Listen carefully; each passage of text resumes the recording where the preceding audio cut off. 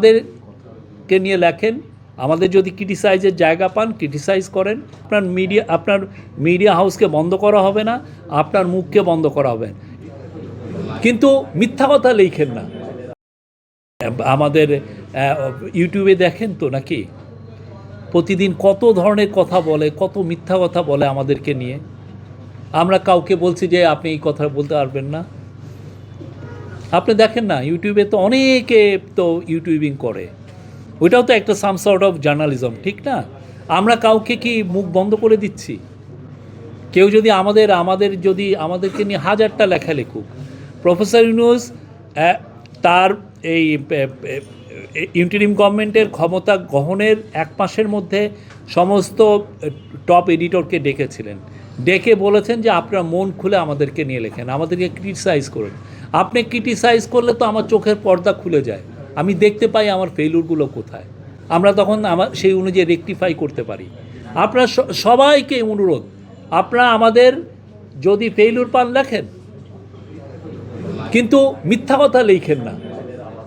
হ্যাঁ, আপনি আমার যে দেখতেছেন যে না আমি অন্যায় করেছি, আপনি লেখেন, you R most welcome.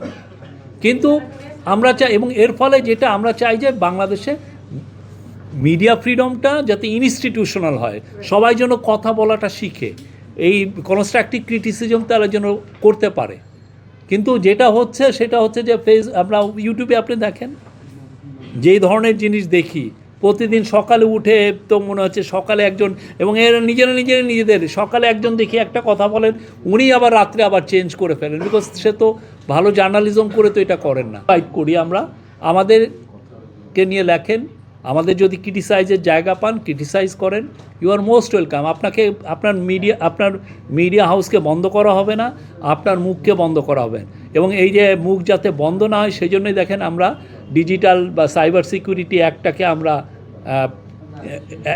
Scrap করে নতুন একটা অ্যাক্ট এনেছি, এবং এটার যে 9টা যেগুলো নিবর্তনমূলক ধারা ছিল সবগুলোকে বাদ দেওয়া হয়েছে।